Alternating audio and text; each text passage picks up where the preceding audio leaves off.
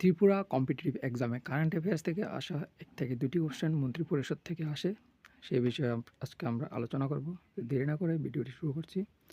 প্রথমে আছে ত্রিপুরা মন্ত্রিপরিষদের ত্রিপুরার মাননীয় মুখ্যমন্ত্রী ডক্টর মানিক সাহা, যিনি হোম, স্বাস্থ্য ও পরিবার কল্যাণ পিডব্লিউডি এই পদগুলিতে আছেন। তো এই পদের দায়িত্ব পালনে আছেন।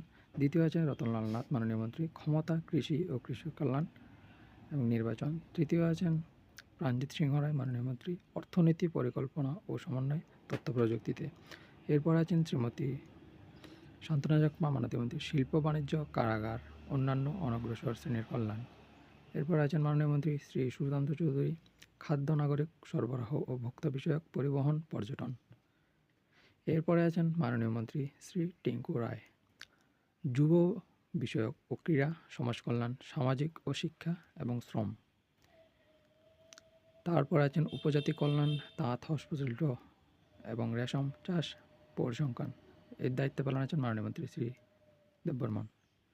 তপশিলি জাতির কল্যাণ, প্রাণী সম্পদ উন্নয়ন, মৎস্য, মাননীয় মন্ত্রী শ্রী সুধাংশু রায় এর দায়িত্ব পালনে আছেন। সহযোগিতা, উপজাতি কল্যাণ, টিআরপি এবং পিটিজি, সংখ্যালঘুদের কল্যাণ, মাননীয় মন্ত্রী শ্রী শুক্লাচরণ নোয়াতিয়া এর দায়িত্ব পালনে আছেন। এরপর আছেন বন, সাধারণ প্রশাসন, মুদ্রণ ও স্টেশনারি, বিজ্ঞান, প্রযুক্তি ও পরিবেশ। এর দায়িত্ব পালন আছেন মাননীয় মন্ত্রী শ্রী অনিমেষ দেববর্মন। পঞ্চায়েত, উচ্চশিক্ষা, জিএ, রাজনৈতিক এর কর্তব্য এবং দায়িত্ব পালন আছেন মাননীয় মন্ত্রী শ্রী কিশোর বর্মন। এরপর আছেন শিল্প ও বাণিজ্য, মাননীয় মন্ত্রী শ্রী বৃষ্কিত দেববর্মা, যিনি আছেন প্রতিমন্ত্রী হিসাবে। তো আজকে আমাদের এই মন্ত্রিপরিষদ নিয়ে ভিডিওটি এখানেই শেষ হচ্ছে। 2025-এ যারা কম্পিটিটিভ এক্সাম দিতে চাচ্ছেন, তাই এই ভিডিওটি আপনাদের জন্য খুবই সহযোগিতা এবং হেল্পফুল হবে কারেন্ট অ্যাফেয়ার্স নিয়ে। ভিডিওটি যদি ভালো লাগে থাকে অবশ্যই সাবস্ক্রাইব করবেন ভিডিওটি এবং লাইক করে পাশে থাকবেন।